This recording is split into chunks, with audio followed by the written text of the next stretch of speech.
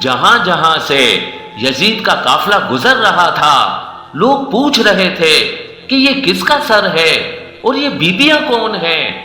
جس کو بھی معلوم ہو کہ یہ رسول اللہ کا خاندان ہے تو ہر کوئی دل ہی دل میں ان ظالموں پہ لعنت کرتا رہا، اور کوشش یہ تھی کہ یہ لعین ہمارے شہر میں رکے۔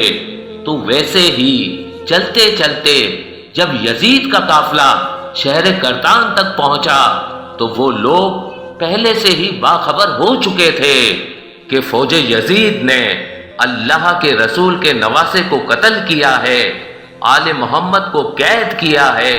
تو انہوں نے اپنے شہر کے دروازے بند کیے ہوئے تھے۔ قافلہ شہر کے باہر رک گیا اور درخت کے سائے میں یزید کے سپاہی سونے لگے۔ جب رات ہونے لگی تو راہب قریب آتا ہے اور دیکھے کہ ایک نورانی سر ہے جس پہ آسمان سے فرشتے آ کے سلام کر رہے ہیں، اور وہ سر قرآن کی تلاوت کر رہا ہے۔ جیسے ہی واپس اپنے گھر جائے پوری رات سوچنے لگا کہ یہ کسی مقدس ہستی کا سر ہے۔ بس فوراً صبح آ کے سپاہیوں سے پوچھنے لگا کہ یہ کس ہستی کا سر ہے۔ فوج یزید نے کہا کہ یہ حسین ابن علی کا سر ہے۔ تو اس نے پوچھا کون حسین؟ اتنے میں شمر کہنے لگا حسین فاطمہ کا بیٹا، محمد کا نواسا۔ وہ چیخ کے زمین پہ بیٹھ گیا اور کہنے لگا کتنے بدبخت ہو، اپنے رسول اللہ کے نواسے کو ہی قتل کر دیا، اور یہ عورتیں کون ہیں؟ شمر کہنے لگا یہ رسول اللہ کی نواسیاں ہیں، بیٹیاں ہیں۔ وہ رو رو کے کہنے لگا اے شمر، مجھے اس مقدس سر کو ایک رات کے لیے دے دو۔ شمر کہنے لگا یہ قافلہ شام جا کے رکے گا کیونکہ ہمیں یزید سے بہت بڑا انعام ملنا ہے۔ راہب نے کہا میرے پاس 10,000 درم ہے، اگر ایک رات کے لیے یہ سر دے دو وہ میں تمہیں دے دوں گا۔ سب آپس میں صلاح مشورہ کرنے کے بعد یہ طے پایا کہ ایک رات اور رکتے ہیں۔ بالآخر ان ظالموں کو 10,000 درم دے کے راہب امام حسین علیہ السلام کا سر لے کے اپنے گھر آ گیا اور ایک پتھر پہ آ کے اس سر کو رکھا اور زاروں قطار رونے لگا۔ اتنے میں امام حسین علیہ السلام کے سر سے آواز آئی اے راہب یاد کر جب تو اولاد کی دعا کروانے کے لیے میرے نانا کے پاس آیا تھا اور تمہارے مقدر میں اولاد نہیں تھی، میں نے اللہ سے دعا کی، اللہ نے تجھے 7 بیٹے عطا کر دیے، اور تم نے کہا تھا کہ ایک مرتبہ میرے گھر آنا۔ اے راہب آج میں حسین تیرے گھر آ ہی گیا۔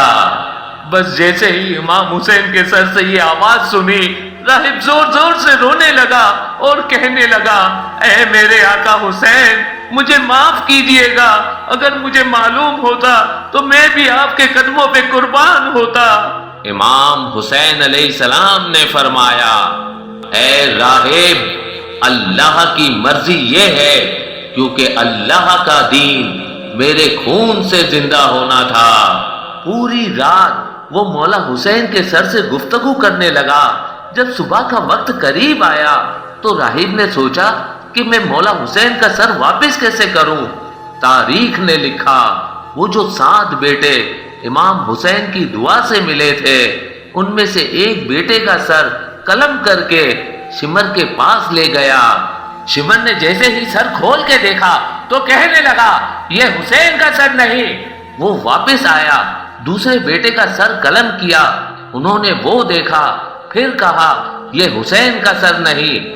ایسے کرتے کرتے راہب نے امام حسین کے عشق میں اپنے 7 بیٹے قربان کر دیے۔ جب آخری بیٹے کا سر شمر نے دیکھ کے یہ کہہ دیا کہ اے راہب تو وعدہ خلافی کر رہا ہے، اگر حسین کا سر نہیں دیا تو ہم تیرے پورے خاندان کو قتل کر دیں گے۔ بس جیسے ہی واپس اپنے گھر پہنچا تو امام حسین کے سر سے آواز آنے لگی اے راہب اپنے سارے بیٹوں کے سر ان کے جسم کے ساتھ رکھو، اللہ کے کرم سے تمہارے سارے بیٹے زندہ ہو جائیں گے، اور میرے سر کو اٹھاؤ فوج یزید کے حوالے کر دو، کیونکہ یہ اللہ کی مرضی ہے ہمیں شام تک پہنچنا ہے اور ہر گلی ایک ایک بازار سے گزر کے قرآن کی تلاوت سنانی ہے، میری بہن زینب کو خطبے دینے ہیں اور ایک ایک بازار سے گزرتے ہوئے اسلام کی تبلیغ کرنی ہے۔